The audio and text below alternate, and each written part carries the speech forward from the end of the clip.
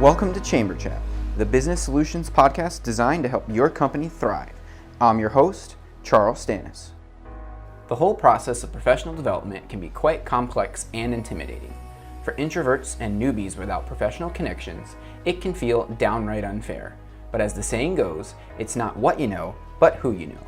In this episode, we sit down with Tony Lee from Florida Gulf Coast University to talk about how you can become a master networker. Hello and welcome. Today we are joined with Tony Lee, Director of University Relations and Development from Florida Gulf Coast University. Tony, welcome. Thank you, Charles. I first want to give thanks to the Chamber for having me participate in this podcast today. Absolutely. We are excited to have you, and we know you'll be able to deliver some insight on how to be a star at a networking event, because we know that you are a star at a networking event. So let's backtrack a little bit and let's really talk about networking. How has networking helped you? Networking has helped me establish relationships with key individuals in the business community as well as in my neighborhood. I feel like my networking skills has changed over time. When I was a rising younger professional, I utilized networking to kind of just make friends in the community. But now that I'm moving to more in my professional career, I try to use a networking strategy versus just viewing it as more of a social hour. Okay, so if you talk about the social hours and you talk about a strategy, obviously that means that you put a lot of thought into this, really on the events that you like to attend versus the events that you don't like to attend. Talk to us a little bit about how that looks and how that's changed over the years as you've kind of evolved in your career. Absolutely. So one of the things I like to point out to Charles is that I began my career right out of college. I'm a graduate of Florida State University, but I moved home and took a job at Boca Raton at Florida Atlantic University, and there I had the opportunity to get involved with the Boca Chamber of Commerce. And early on, I was going to every young professional event that they had, and sometimes I was even invited to go along with some of my supervisors to participate in golf tournaments and breakfasts that were like 8 o'clock in the morning. And I really thought, man, they really want me to shine in this position, inviting me to an 8 o'clock breakfast, even though I had worked the night before at like 8 o'clock at night. And so that kind of got my start in networking. And then I took some of those skills when I moved over to Tampa, and I worked for a nonprofit organization, and I was very instrumental in being active on their young professional board, and I even became chair of the advocacy committee. And so as a part of the advocacy committee, I actually started to utilize some of my undergraduate degrees in politics or in political science. And so it was interesting that I wasn't actually working in my major, but I was utilizing my major in my networking activities. And so fast forward to Southwest Florida, I earned a graduate degree in communications, and guess what? Networking is all about communications. Absolutely. And so that's what I'm doing today. And so when going back to how do I select my events, there's so many events that happen in the community. Sometimes they overlap. I look at who's going to be in attendance. Is this someone that I've been trying to meet, maybe either via phone call or they're a prospect for the university as a development officer. So I'll strategically sign up for that event. And the chamber here offers a diversity event in the community, including a wine event. Recently, I've attended that wine event and actually have hosted that wine event at Florida Gulf Coast University. But it's an opportunity to meet people that share a hobby of I enjoy drinking wine and giving back to the community. And so sometimes it's a personal reason in addition to a professional reason. Yeah, so it really sounds like when you're choosing an event to attend or you're choosing an event to participate in, it really sounds like you're thinking about your plan, right? So why am I going to this event? Who am I going to meet? What can I do at the event? I know from talking to a lot of people, they just kind of pick an event and they go to it, right? They don't really have a goal in mind at the end of the program. And I think that can definitely have a big effect on it because, if you don't have a goal going to a program, how do you know that you succeeded? How can you get better? How can you make sure that you're actually getting what you're looking for out of these events? And so talk to me a little bit about that. How, before each event, do you go in, do you say, hey, I need to meet 5 people in the room? Or, do you say, hey, I need to get 10 business cards? What does that look like from your point of view? So I would say early on in my career, that might have been my strategy to come out with a lot of cards. And I will tell you that today, that's not my strategy. My strategy is to really build a rapport with maybe 1 or 2 individuals in the room. And I actually limit the amount of cards that I carry for that reason. And it's almost like a right where someone earns your card. They get your card, right? Yeah. At a meeting versus you just handing them out to everyone. Because really, how many relationships and meaningful relationships can you have? Mm-hmm. So if you're just handing your cards out, fast forward 3 or 4 months later, you have a stack of cards on your desk and you don't know who those individuals are. Right? So what do you do with those cards? Kind of that spray and pray mentality. Exactly. Let me just get my name out there as much as I can versus, I know if I can form a relationship with 1 or 2 strategic people, I know it's going to, benefit me a lot more in the long run. Exactly. I think a lot of professionals make that mistake that they feel like, there's an arms race of how many cards you can share with individuals. Almost bragging, right? Exactly. And I think what you really need to do is really focus on building solid relationships in the community, following up with those individuals after the meeting, and seeing if there's really a chance of you doing business with them, or if not, just someone to have coffee with. Sometimes you might go to a networking event and you find a mentor or a coach, or you need a service for your home, or whatever happens out of that day, let it happen organically and not try to make it forced. Right. So you're saying if you're going to an event, don't try to force things, just let things happen, because who knows, like you said, you might bump into someone that, 3 months down the line, it's a perfect match for you guys. So that's Absolutely. Great. One of the things I always hear, not only from our members, but from, business professionals, is if they're new to an event and, they're trying to attend an event for the first time, the biggest challenge that a lot of people face is essentially working the room, right? So they go to an event, they're brand new, they go through the check-in table and they don't know anyone in the room.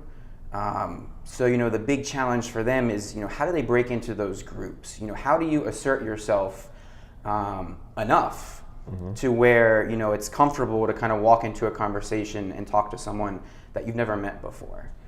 So Charles, I think there are 2 types of individuals. There are introverts and there are extroverts. And so many times for us extroverts, it's easy for us to have a conversation with any and everybody. But for some of the people that are more introverted, it's a little bit more strenuous and stressful a challenge for them, right? And so we have to be mindful as professionals not to fall in our cliques, and always taking time to talk to the people we always know, and be inviting. And so sometimes, take a break from a conversation that you're familiar with and make an introduction. But if you're an introvert and there's someone that you really want to meet, there's a simple trick here. If there's a closed off circle, just use your elbow or your shoulder to kind of nudge your way. No, you don't need to tackle anyone. This isn't football, but kind of nudge your way into that circle, and it'll open up for you. And then this is the time where you do an introduction, or someone will acknowledge you in that you're standing there and looking to join the conversation. Right. So let's say you break into that circle and you're in there. Can you talk a little bit about body language? I think a lot of people are afraid of that awkwardness where, they realize people have recognized them, but they don't actually engage with them. And usually there's that, 20 to 30 second awkwardness of silence where they're still, carrying on their normal conversation, but, you haven't been able to kind of, wait for the conversation to finish and kind of, welcome yourself. What are some ways, whether it's, body language or, you talked about the elbow, to try to eliminate that awkwardness, if you will? So one of the tricks that I do before I go into an event is I try to transition out of the environment that I was just in. So a way that I do that is I kind of do a little mantra to myself. It's like, okay, we're gonna walk into this room. I might use music in my car and kind of just pump myself up and just get the energy and the blood flowing in a positive manner. And so that as soon as I get to the door, there's a smile on my face. No matter what I just heard or the information that I just received, I don't want to carry negative energy into the room. I want to walk in with a positive attitude, right? So confidence is key, is what you're telling me. Confidence is key, but I would add to the confidence is just, really displaying positive energy. And a way that you can do that is a simple way, it's just smiling, right? So if someone, even if you're having a bad day, you can put a smile on. And, and if someone that you're really, close to, they'll know if that smile's authentic or it's real, or they might pull you to the side and say, I can see that you need to talk about something else. Maybe after the event, we can have a conversation about that. But just walk into the room with that confidence and knowing that you're there for a business purpose. If you're really having a bad day, just doing that gut check before, don't go to the event. Right? Like, don't ruin everyone else's event because you're having a bad day. Just doing that self-check is really important. Another tip that I would like to encourage people to try to avoid is running to the food.